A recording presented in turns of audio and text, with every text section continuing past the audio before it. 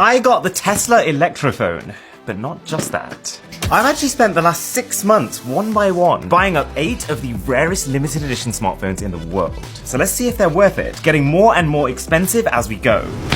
Okay. Number 8 is the Pac-Man phone by OnePlus, which is now valued at $600. Beautiful box though, wow. We've got manuals and stickers as the first thing, a standard OnePlus charger, the phone, a classic red cable, but then also a secret compartment, which is hiding this bespoke Pac-Man case inside of it. I freaking love this phone. There's a whole suite of custom Pac-Man wallpapers. OnePlus has retrofied the icons and the interface. Pac-Man eats the dot as you scroll. This is wild. There's a brand new fingerprint scanning animation. It's actually unlocking so fast I can't see it properly. There are challenges within the phone that actually unlock new Pac-Man themed goodies. There's a new camera filter just for this phone, but that's not even the coolest bit. What do you think to this back panel? It's okay, right? Kind of plain, just a single Pac-Man floating randomly over here, but then you turn the lights off to reveal what he's actually doing there. Crazy to think that this is like the cheapest phone on the entire list. So let's step it up with the $700 Dragon Ball Z smartphone, which is a collaboration with the phone company Realme. Literally every part of this packaging is rammed full of Dragon Ball Easter eggs. I'm not a die-hard fan of the show, but I did used to watch the episodes as a kid, and man, this is taking me way back. Even the SIM ejector tool is shaped like a Dragon Ball. And then we get the phone.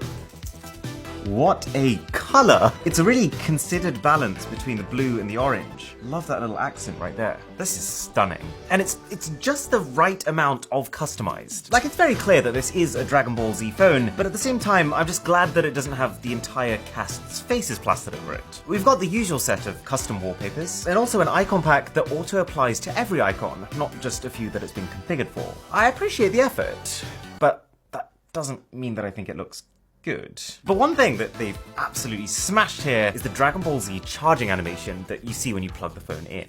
Now, I've actually been even more excited about number 6, the $800 League of Legends smartphone by Oppo. Largely because if you've seen my other videos in this series, you will know that Oppo knows how to make a limited edition. Tell me this isn't the coolest smartphone box you've ever seen. So, you know the theme here is League of Legends. Well, this rocket is one of the special moves that you can use in the game. So, in the bottom compartment you get a figure. That's the character whose move it is. But slide out the cylinder and you get 2 further sections. The first has a case for the phone, very precise and matte, and then below that you get the bullet necklace that this League of Legends character is known for wearing. But this is my favourite bit. That necklace doubles as a secret SIM ejector tool to make sure that you always have one with you at all times. Come to think of it, I probably wouldn't recommend wearing a bullet around your neck all the time. The other side has the phone, a completely custom 65-watt charger, and of course a cable to go with it.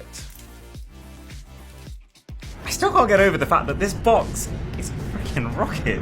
Oh, the buttons. This is so slick. The fact that you have the neon blue and purple around the edges, the textured matte finish in the middle, the League of Legends logo engraved on the side rails, as well as, check this out, the buttons on either side are themed to the colour of the side that they're on. This wallpaper is wild. That transition though, oh, these phones get me far too excited. And the Android skin is very heavily customized, maybe too heavily customized. But Oppo has not let me down when it comes to effort. There's an LED ring around the cameras. Very cool.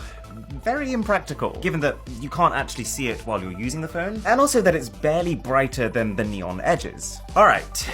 Ramping up further then to number 5. This smartphone, designed by OnePlus, is based off a game that I actually play, Genshin Impact, which has made a bit of a splash because it also happens to be one of the most demanding, beautiful games ever on a mobile.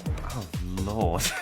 These boxes, they keep getting better and better. There's an envelope, which contains what I'm assuming is codes for in-game items, and a pin badge.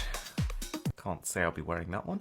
And then if we turn this top layer around, there's also a poster of one of the Genshin characters using this specific OnePlus phone. Again, that's kind of a really weird, specific thing to want to use though. Oh, this is nice though. Then there's a case which has multiple layers in its design for a bit of depth. It also has an external cooling system, custom branded too. It's a really thoughtful inclusion. And then the phone box, which below the outer skin is a much more traditional affair. You get the device on top, and then a more standard OnePlus charger, OnePlus case with a rubbery material, and a normal red OnePlus cable. It kind of looks like most of the budget went into the box contents. The phone itself is pretty vanilla looking. I feel like there should at least be some sort of custom icon pack or custom wallpaper, but There's nothing. So I guess the only standout feature is this. Plug this in, turn that on. Wow, that's actually very